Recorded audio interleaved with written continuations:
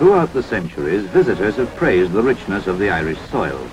It has always been our greatest wealth, our chief and vital source of livelihood, the raw material on which our well-being finally depends. The average Irish farm is small, about 30 to 40 acres, and the usual practice is to engage in mixed farming.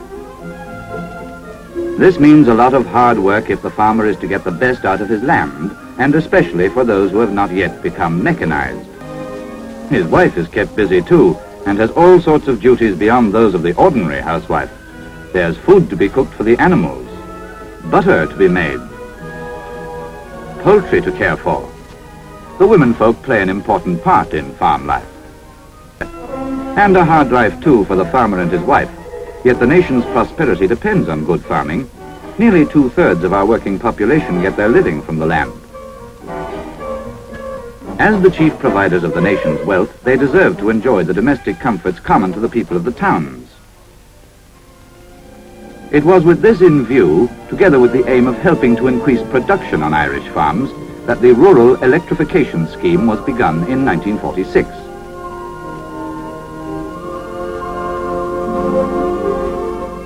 Before the layout can be planned for any particular area, it's essential to know who wishes to take supply.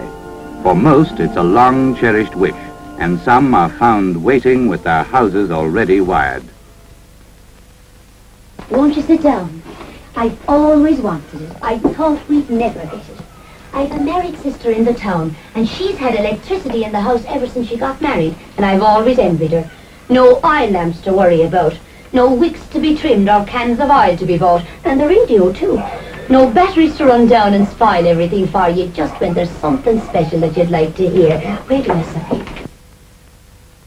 But of course, there are others who tend to be more cautious.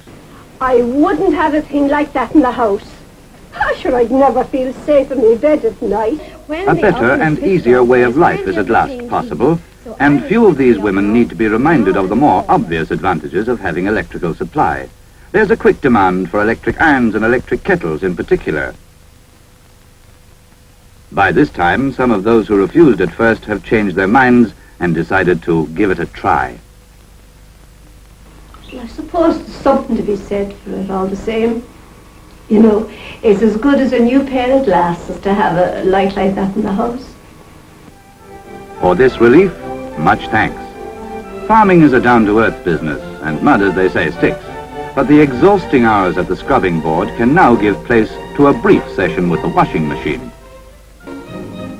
Of all the benefits that electricity can bring to Irish farms, the electric pump is the most important.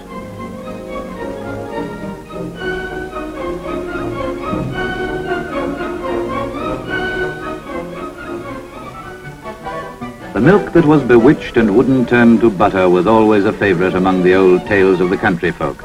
Now a new magic has appeared. Milk that is churned or separated by an invisible power, a good fairy who can be summoned at the turn of a switch.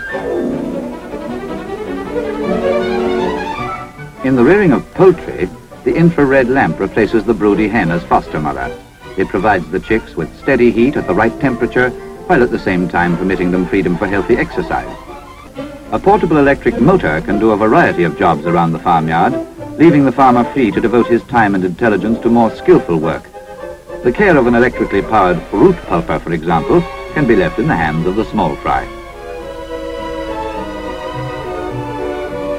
The electric food cooker is another good labor saver, doing away with the business of lighting a fire and standing by to keep it going when preparing animal feed.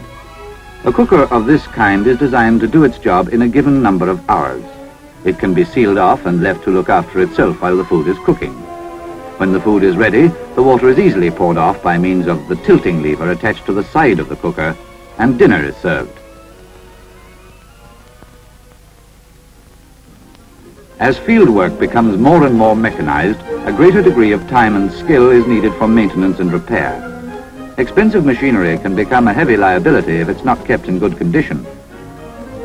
At certain times, the delay of even a day or two waiting for spare parts could result in serious loss. So it's important for the farmer himself to know something about repairs in case of emergency. The man who employs machinery is usually the best judge of its suitability for the particular job to be done. The electric welder enables the more inventively minded farmer to adapt or even to build special pieces of machinery to his own requirements. In a world of rising prices, the most urgent need in Ireland today is to increase production to pay for the goods we need from abroad. In our case, this increase must come mainly from the land. Already, rural electrification has placed many farmers in a better position to meet this need. It's helping them to secure the domestic comforts that will make life a bit easier. It's helping them to use machinery in place of human muscle and sweat for many of the jobs to be done.